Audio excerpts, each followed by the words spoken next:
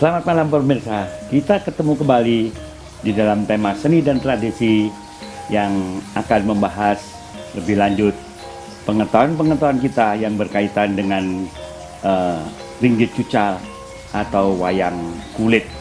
Nah, pada malam hari ini saya tetap ditemani oleh dua orang rekan saya sebagai narasumber.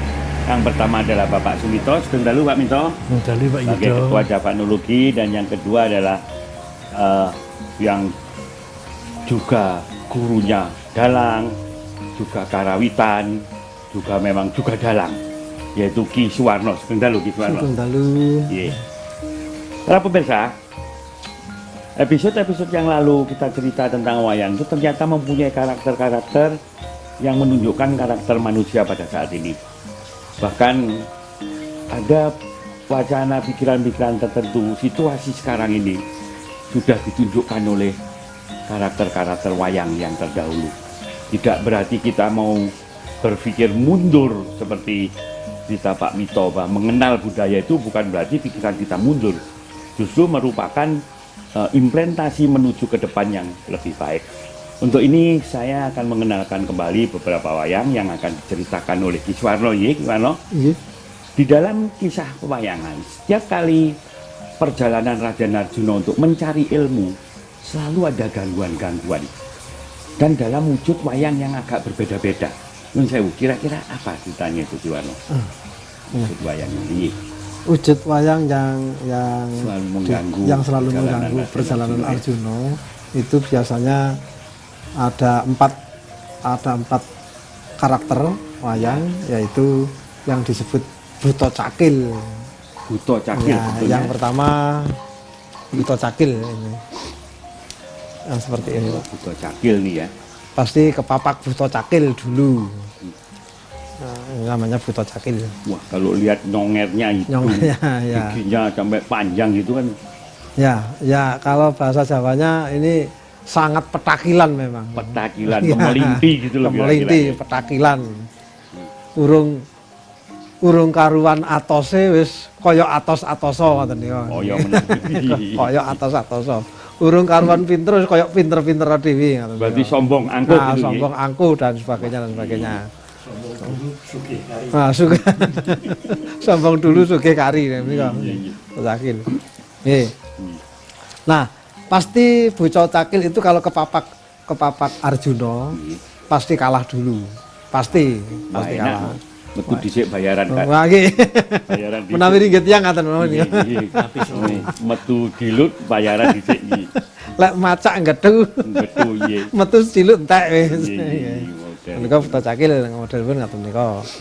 Nah, salajengipun menawi Buto Cakil menika mangke sampun pecah. Sampun tumbuh pecah, nah nembe buto sanesipun ingkang medal. Biasanipun ingkang medal menika buto rambut geni, lajeng jurang grawah, lajeng wonten malih padas gempal. Padas gempal niku nggih. Istilah nggih. Niku anggotanipun Cakil. Anggotanipun Cakil nggih, anggotanipun Cakil. Nyun sewu. Nah, menika ingkang buto rambut geni. Kejuluk buto rambut geni.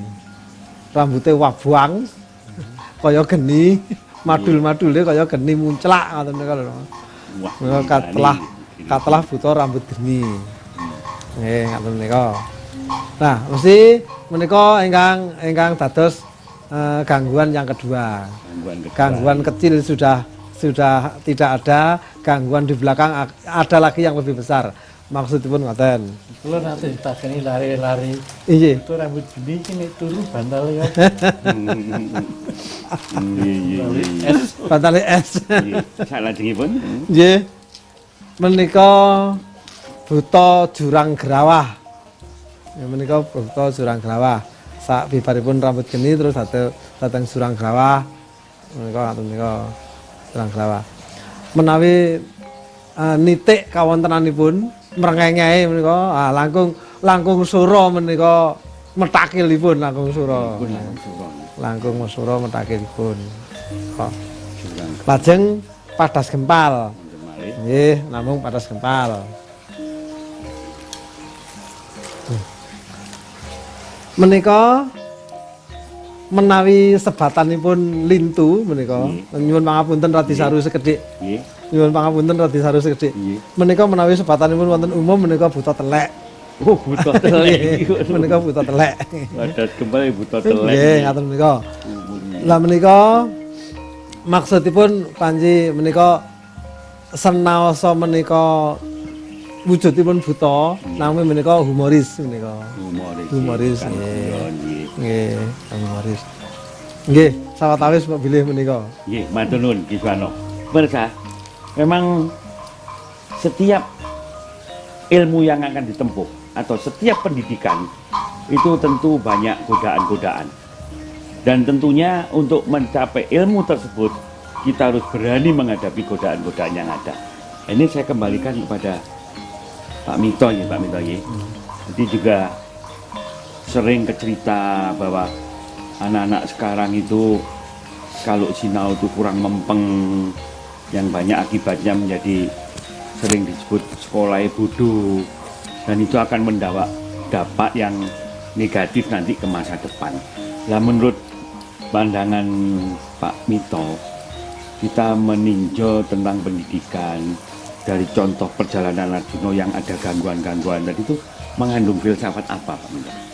Ya, bahwa semua usaha rikodoyo atau cita-cita itu tidak bisa berjalan mulus sampai ke sasaran, tapi mesti ada rintangan-rintangan yang harus ditanggulangi.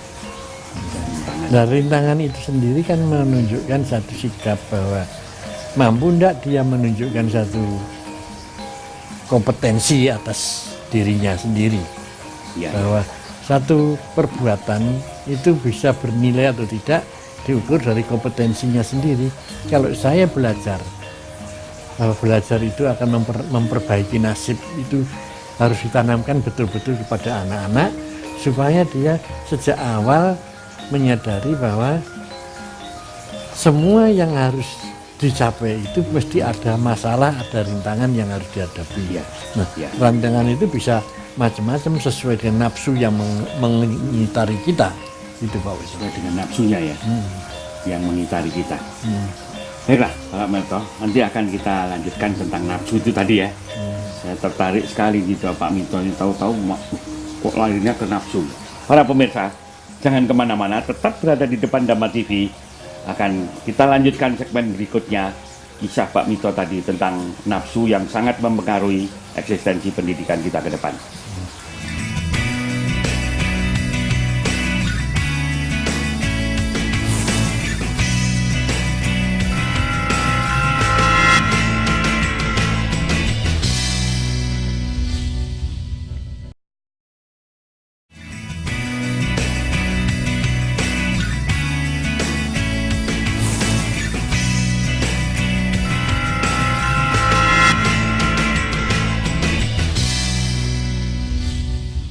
Terima kasih pemirsa, masih berada di depan Dhamma TV.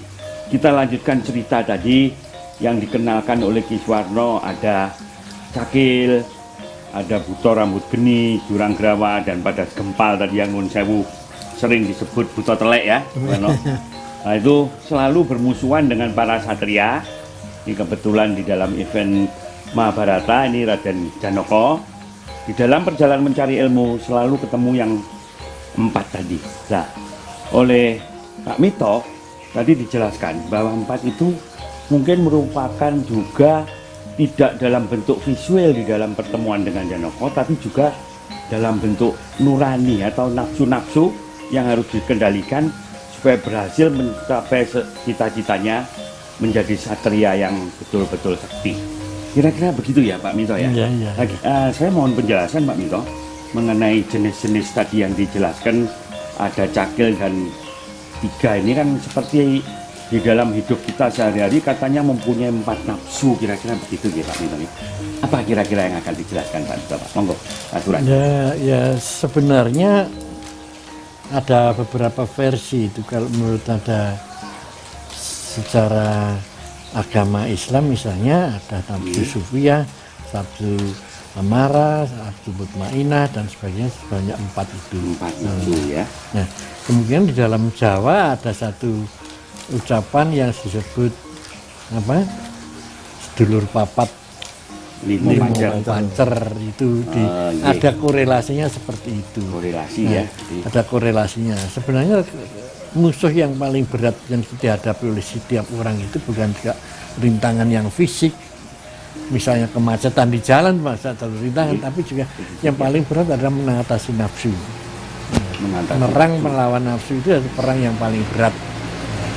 Nah, kadang-kadang manusia itu juga sudah tahu kalau itu nuruti nafsu, tapi mereka tidak kuasa atas kendali itu, sehingga kalbu atau hati nurani kita itu bicara, tapi kadang-kadang sudah bicara memperingatkan, tapi disingkirkan, sudah kamu nanti saja, ini dulu saya lagi tertarik di bidang ini. Nah disinilah maka kalau saya lihat dalam wayang satu kotak itu melambangkan beberapa perangai, maka yang disebut kalbu atau nurani itu tersimpan di dalam diri Semar ini. Yang lain-lain ada mata, ada tangan, ada kaki, dan ada perasaan, ingin tahu, fantasi, harapan, ngalamun, dan sebagainya. Tapi pada saat terakhir ada kesulitan yang tidak bisa diatasi, mereka akan bertanya kepada nuraninya. Nah, kalau di wayangan, kalau ada masalah, para pendawa itu juga akan konsultasi dengan Ki Lurah Semar.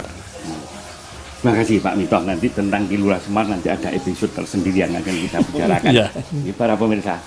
Dan ternyata memang manusia itu dipenuhi dengan nafsu-nafsu. Yang tadi jelaskan Pak Mito, ada 4 nafsu yang berada di dalam diri kita. Dan juga mungkin di dalam agama juga diceritakan tentang 4 nafsu itu tadi. Dan saya kembali kepada Ki Warno. Apakah di dalam dunia pedalangan pada saat memainkan peran-peran wayang, mengenal peran-peran wayang, itu filsafat-filsafat secara inti juga dihayati oleh para dalang sendiri, apalagi gurunya dalang, monggo Kiwano. Iya, memang sebenarnya seharusnya seperti itu, harus dihayati, karena kita ketika bermain wayang itu wayangnya, misalnya pada saat itu wayangnya sedang marah karena mau perang misalnya.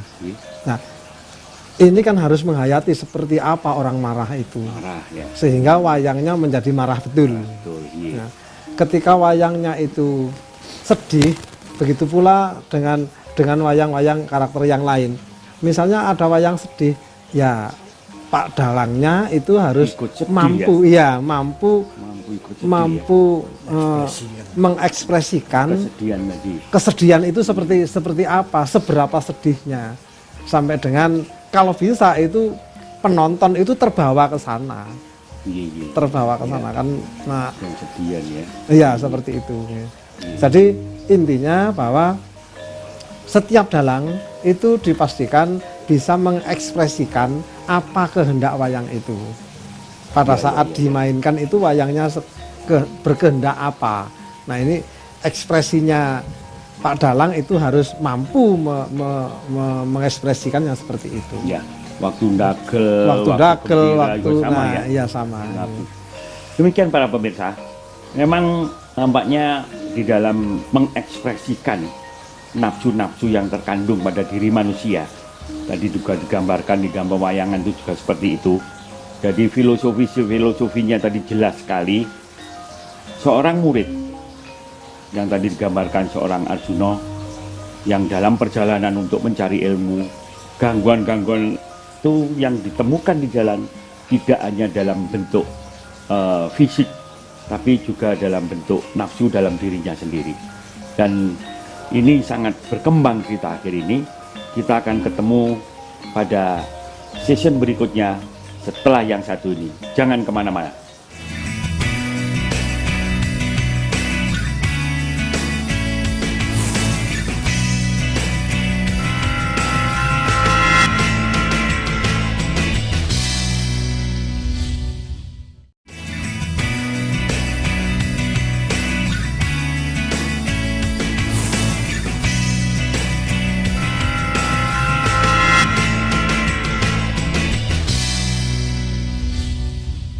Pemirsa, kita ketemu pada season terakhir ini untuk menuju sasaran, yaitu pada saat perjalanan Raden Arjuna mencari ilmu, pada saat Anda semua belajar mencari ilmu, terdapat gangguan-gangguan secara material, juga spiritual, secara fisik, juga moral. Yang tadi sudah dijelaskan dari pandangan Pak Mito, dari pandangan Ki Dalang Suwarno. Nah, bagaimana cara bisa mencapai tujuan akhir itu dan teknik pengendaliannya pada nafsu-nafsu yang ada tadi? Saya ke Pak Mito terlebih dulu. Pak Sumito, jadi setelah dari penjelasan Pak Mito mengenai 4 nafsu tadi ya, yang ada, yang di ajaran agama juga ada, di ajaran umum yang sering diketahui itu tentang tidur papat ya. Untuk mencapai ilmu supaya kita sukses di dalam belajar, pengendaliannya itu kita kira-kira ada cara bagaimana Pak Mito? Monggo. Pertama kita harus menaruh cita-cita itu di depan sana, apa yang mau dicapai, dan bersama itu menyadari rintangan pasti ada. Ya. Bahwa menuju ke sana harus lewat sini.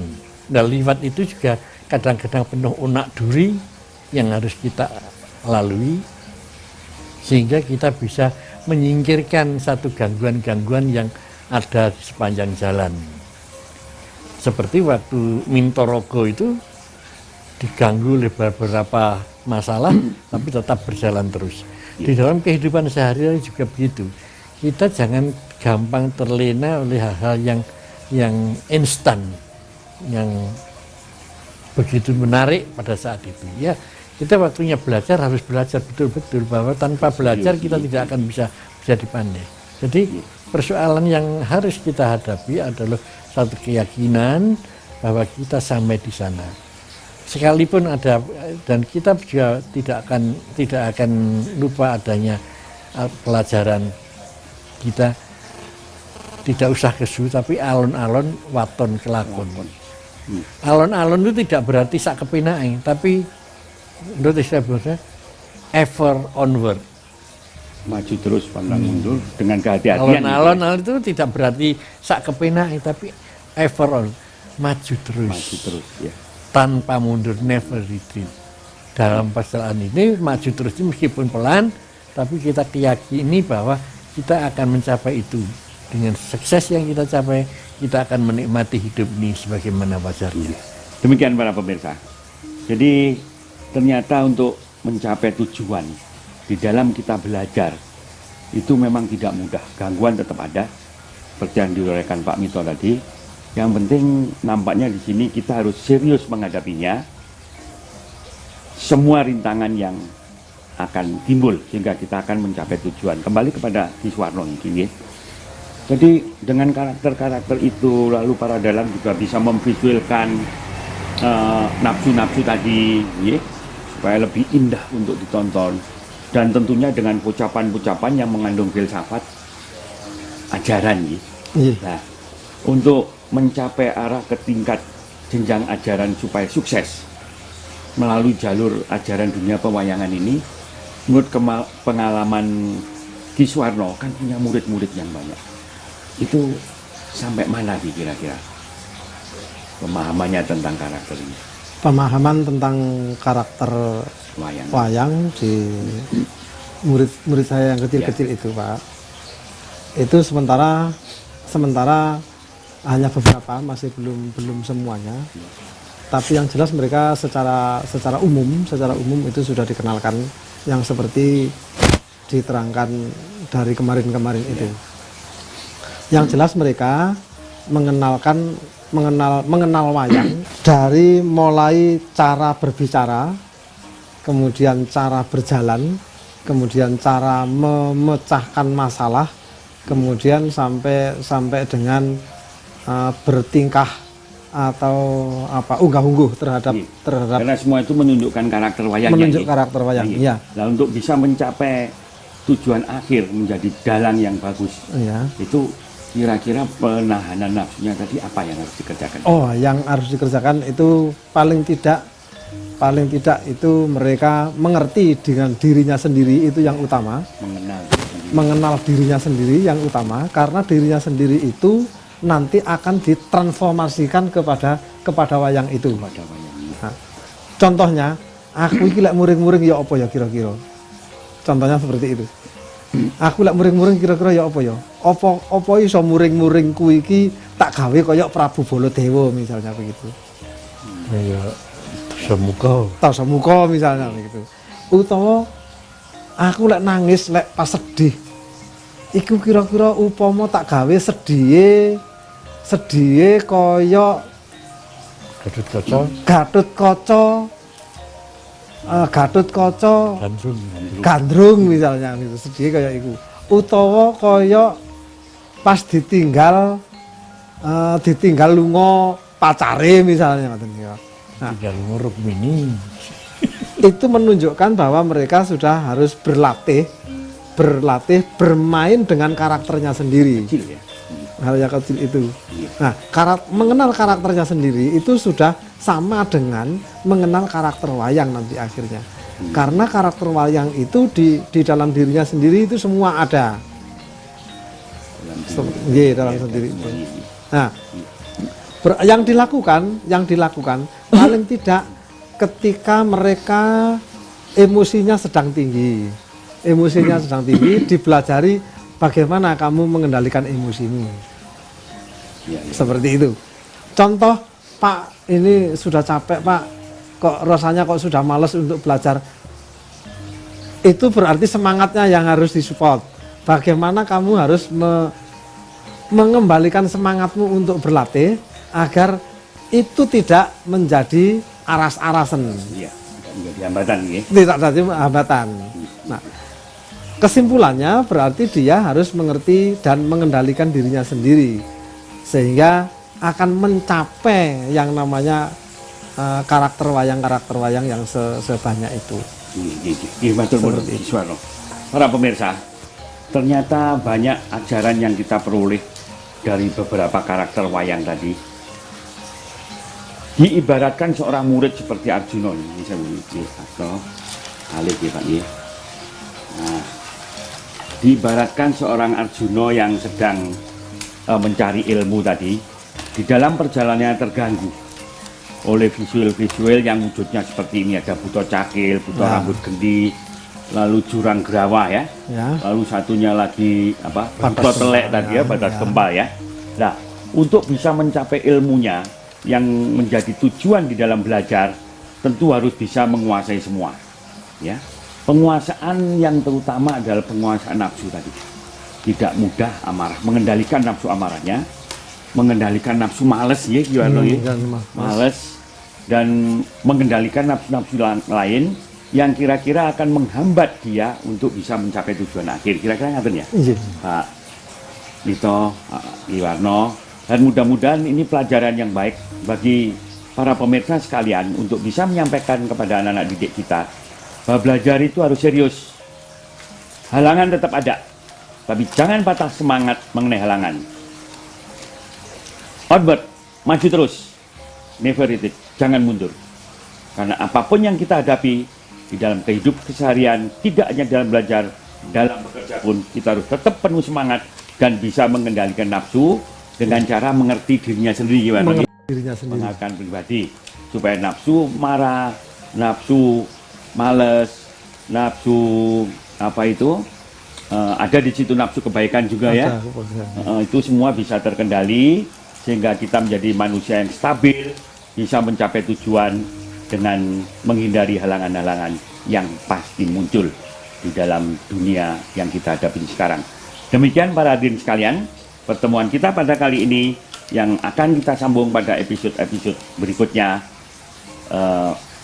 tentang cerita wayang yang mengandung banyak ilmu yang bisa kita terapkan di dalam keseharian kehidupan kita. Rahayu. Rahayu.